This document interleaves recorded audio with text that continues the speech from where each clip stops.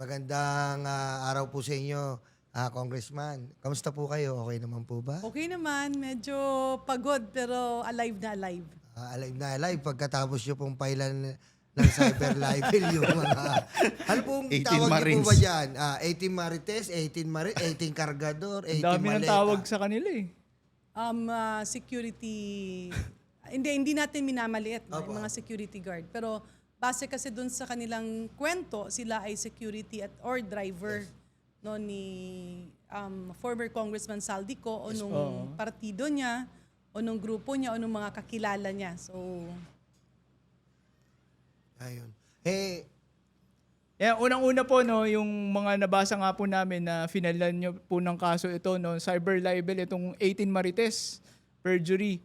So, ano po ang masasabi nyo dun sa mga salaysay nila, dun na tinatawag ng mga netizen natin na fake hearing dito sa Senado nga po? Ano pong masasabi nyo? unang-una, dapat malaman natin anong motibo. Opo. Kung mapapansin nyo, February pa yon, medyo tumagal, no? I mean, last week of February, tumagal na nag-file ako ng kaso.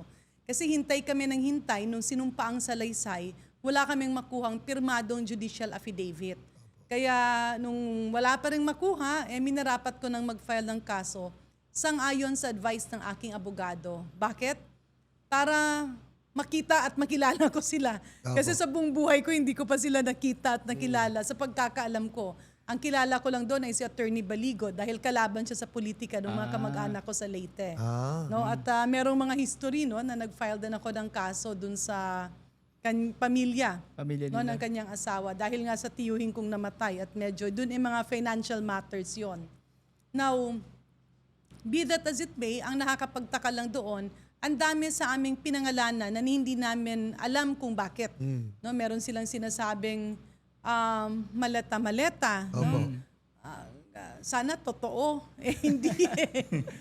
Pangalawa, magugulat ka kasi halatang-halata yung script eh. Opo. No? So magtataka ka bakit, no? Bakit tina-target yung iba? Meron naman kaming ibang naririnig na nasasama nga talaga no doon sa mga pangalan.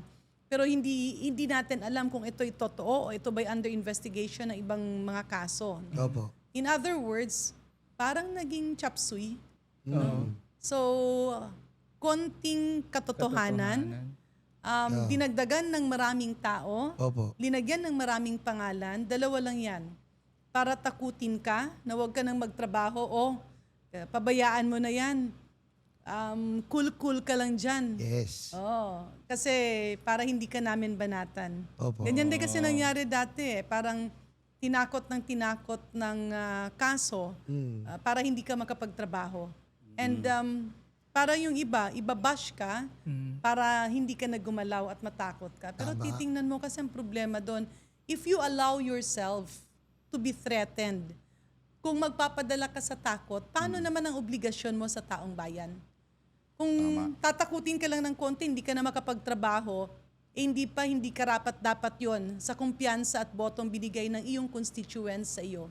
Kaya hindi tayo natatakot doon, malinis ang konsensya ko at halatang-halatang peke ang kanilang impormasyon at peke ang kanilang akusasyon.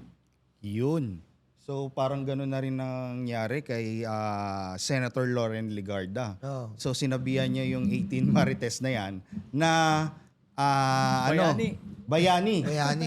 Bayani. Tapos Paano ba sila naging May- bayani? Opo, Doc. Tapos lapses lang daw yun. Insulto May naman mali. yun sa mga bayani ng Pilipinas. No? I mean, Tama. I respect Senator Loren Legarda, pero wag naman tayo maging too much of a politiko na bibigyan mo ng magandang pangalan yung mga taong wala namang nagawa para sa bansa. True. After tawaging bayani, Oo. natanggal po yung Natanggal pangalan ang niya doon sa pangalan. affidavit eh. Kaya nga eh. Hindi lang yon, insulto yon. I mean, ang narinig ko hindi naman sila lahat former Marines, no? Or nasa serbisyo. Siyempre, kapag ikaw ay dishonorably discharged, Opo. paano ka magiging bayani? So, with due courtesy to Senator Loren Legarda, wag naman nating insultuhin ang ating mga bayani. Opo. Gamitin natin yung word na yon sa tama. Tama. Tama. Alam nyo, Congressman Garin, nagpapasalamat kami sa inyo kasi po kabilang kami po mga ordinaryo, nakikita namin yung mga ganito po kasi mga bagay na mga fake news, mga tanim na 18 Marites ay sumusobra na po. Ngayon, sa pagpa-file nyo po ng cyber libel, katulad din po ni Congressman Abante, talagang parang po may matuto po talaga eh. Kasi ngayon po, kung ano-ano na lang po ang ginagawa nila para pakalatin po ang maling impormasyon sa ating mga kababayan. Ngayon po, sa pagpa-file nyo ng ganyan, na kayo po, para pong matuto po sila na hindi na po dapat pamarisan yung mga ganitong 18 Cargador Marites na to.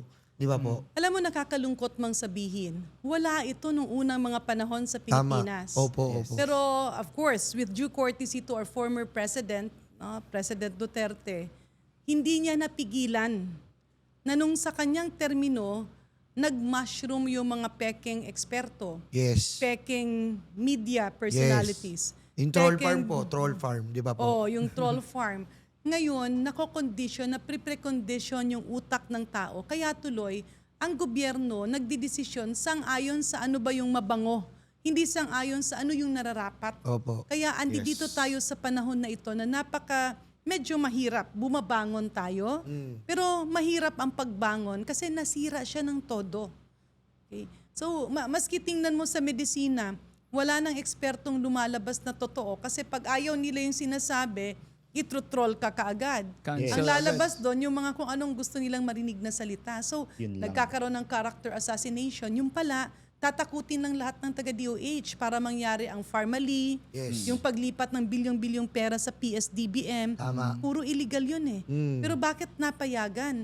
Yung bumibili ka ng bilyong-bilyon na mga medical supplies na hindi naman kwalipikado, pero napipilitan yung mga empleyado ng Department of Health, ng RITM, na tanggapin kasi takot kang makasuhan kasi sinampulan kami ng Dengvaxia. Opo. Pero pagdating naman, peking autopsy, peking mga eksperto, pagdating sa korte, iiyak-iyak lang yung magte-testify, nawawala yung kaso. So, ito yung mga bagay na dapat nating baguhin.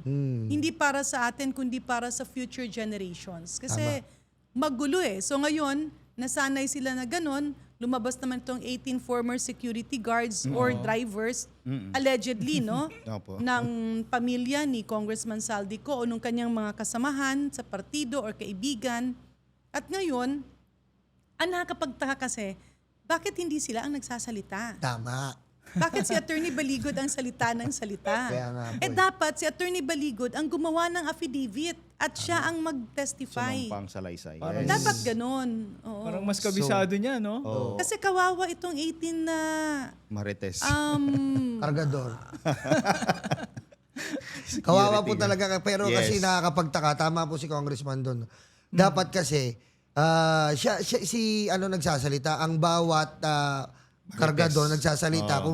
Kung ano ba talagang ginawa nila. Kasi nagsasalita. wala siyang pirma sa affidavit. Wala. Pwede Nagsasalit- niyang, ayun, wala akong kinalaman dyan. Yes. Madaling bago-baguhin niya.